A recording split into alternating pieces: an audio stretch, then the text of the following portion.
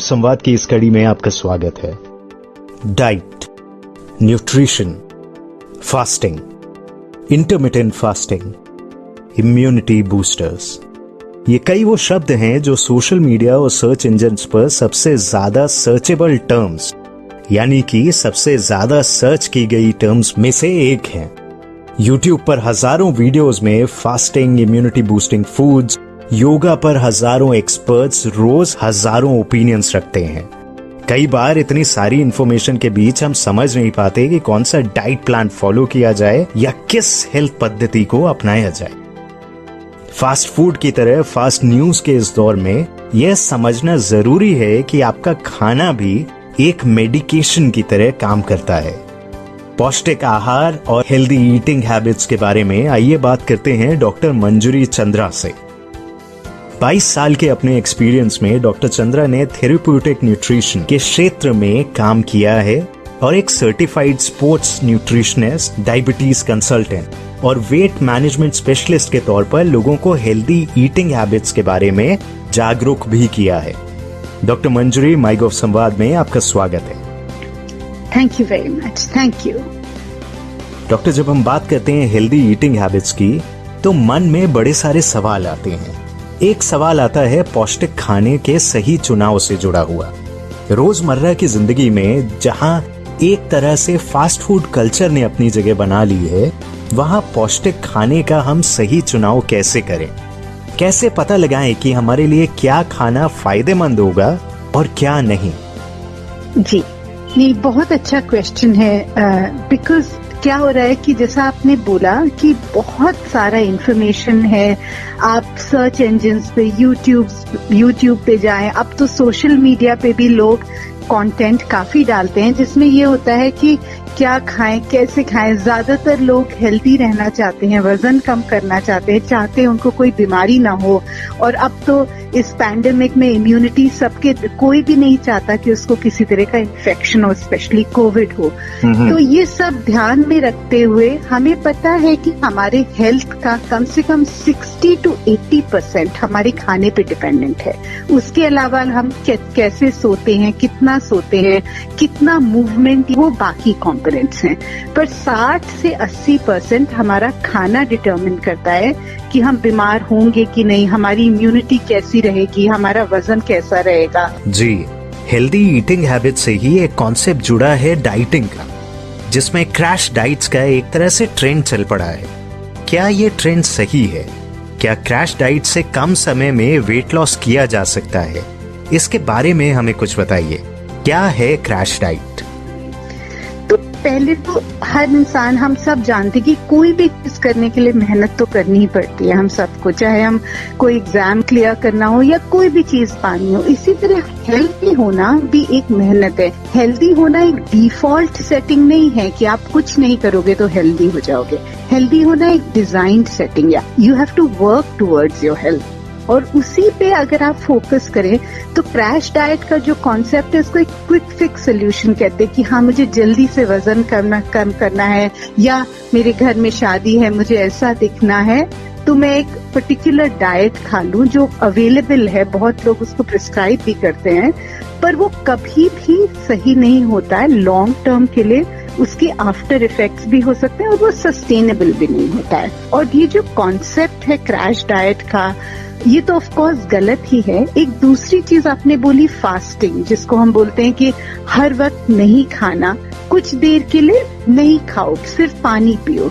ये एक बहुत ही कॉमन कल्चरल कॉन्सेप्ट है। अगर आप कोई भी रिलीजन देखेंगे हिंदुस्तान में और हिंदुस्तान के बाहर भी, तो लोगों, हर रिलीजन में फास्टिंग का एक कॉन्सेप्ट था। वो एक क्लेंजिंग का कॉन्सेप्ट होता है। तो इसलिए फास्टिंग अच्छा कॉन्सेप्ट है। पर अगर कोई फास्टिंग करना चाहते हैं तो अच्छी बात होगी कि उसको पूरी तरह पढ़ के, समझ के, और उनकी जो फिजिकल कंडीशन या क्लिनिकल कंडीशन है उसके हिसाब से करें। पर हर वक्त खाने से कम खाना हमेशा बेहतर होता है, और फास्ट करना ज्यादातर लोगों के लिए फायदेमंद होता है, एक्सेप्ट कुछ लोगों के लिए जिनको कोई बड़ी बीमारी है या कोई और मेटाबॉलिक प्रॉब्लम है, fasting is a good thing जो कल्चरली भी हम हमेशा करते थे। हम अपने घरों में देखें तो हमारे ग्रैंड पेरेंट्स हफ्ते में 1 या 2 बार तो फास्ट रखते ही थे, कम खाते थे, रात को जल्दी खाते थे। तो ये सारी चीजें हमारे कल्चर में भी बिल्ट थी। जी, फास्टिंग से ही जुड़ा एक पॉपुलर ट्रेंड है इंटरमिटेंट फास्टिंग का। इसके बारे में हमें कुछ बताइए। क्या है इंटरमिटेंट फास्टिंग का कॉन्सेप्ट और ह्यूमन बॉडी पर इंटरमिटेंट फास्टिंग का क्या असर होता है? इंटरमिटेंट फास्टिंग भी हमारे कल्चर का हिस्सा था, बट जब वेस्ट ने उस पर रिसर्च करके उसको रेगुलराइज कर दिया तो अब उसी को हम वापस अडॉप्ट कर रहे हैं। मैं आपको समझाती हूँ, फास्टिंग का मतलब होता है 14 घंटे या उससे ज्यादा अपने पेट को खाली रखना, खाना नहीं खाना। इसका मतलब है अगर मैं रात को 8 बजे खाना खा लूं और सुबह 10 बजे के बाद खाओ तो मैं 14 बजे तक कुछ नहीं खाया। और ये बहुत लोग हमेशा हम अपने घरों में देखिए, लोग 7 बजे पहले खाना खा लेते थे और सुबह उठ के नहा के पूजा करके फिर पहला खाना खाते थे। वही सिस्टम अब वापस आ रहा है और हमें पता है देयर इज इनफ रिसर्च जो ये बताती है कि अगर आप 14 घंटे या उससे ज्यादा अपने को पेट को खाली रखें तो आधी बीमारियों का निवारण हो सकता है। सिंपल बीमारियों से लेकर कॉम्प्लेक्स बीमारियां जैसे बीपी, शुगर की बीमारी, even all the way to cancer, इस तरह की बीमारियां काफी हद तक कंट्रोल की जा सकती है अगर आप 14 से 16 घंटे फास्टिंग रखें। और इसीलिए इंटरमिटेंट फास्टिंग क्योंकि इतनी इफेक्टिव है और हम सालों से ये करते थे, ये वापस आ गई है। बस अब क्या है कि ये रिसर्च बैक्ड है, अब इस पे इतनी रिसर्च हो चुकी है कि हमें पता है कि ये कैसे हमारे शरीर में काम करती है। अगर मुझे 1 मिनट और देंगे तो मैं थोड़ा सा इसमें फिजियोलॉजी भी बताना चाहूंगी। जी जी। जब हम फास्ट करते हैं तो हमारा शरीर में जो ऐसे सेल्स होते हैं जो बहुत खराब सेल्स जैसे pre cancerous cells, tumour cells, ऐसे सेल्स जो डेड एंड डीकेइंग सेल्स हैं वो खत्म हो जाते हैं। Bodies they are much younger, उनमें यंगर सेल्स होते हैं, तो वो फिजियोलॉजिकली यंगर बॉडीज हैं उनकी एज कम्पेयर टू पीपल जो बार बार खाते हैं और रात में देर में खाते हैं।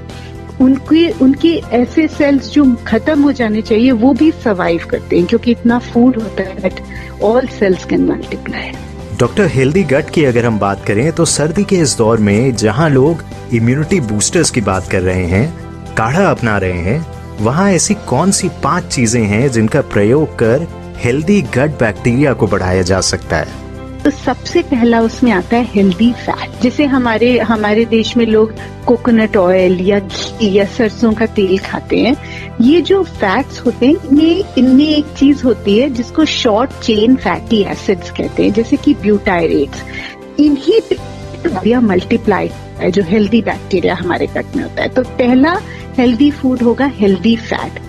इनफ लिटरेचर है ये बताने के लिए कि हल्दी, एक्टिव हल्दी या फिर जिनको हम अदरक भी बोलते हैं, या सिनेमन, दालचीनी, या क्यूमिन, जीरा, या फिर काली मिर्च, या फिर सारी हमारी स्पाइसेस, लाल मिर्च, ये सारी चीजें जो है ये एंटीवायरल और एंटी बैक्टीरियल होती है। तीसरी चीज होती है ऐसी चीजें जिनमें एक्टिव एंजाइम्स हैं, जैसे प्लांट के पार्ट्स हैं, जैसे कि तुलसी हो गई, अदरक हो गया, या फिर धनिया हो गया, पुदीना हो गया। इस तरह की जो चीजें हैं जो जिनमें प्लांट में एक्टिव एंजाइम्स होते हैं, ये आप इस्तेमाल करें।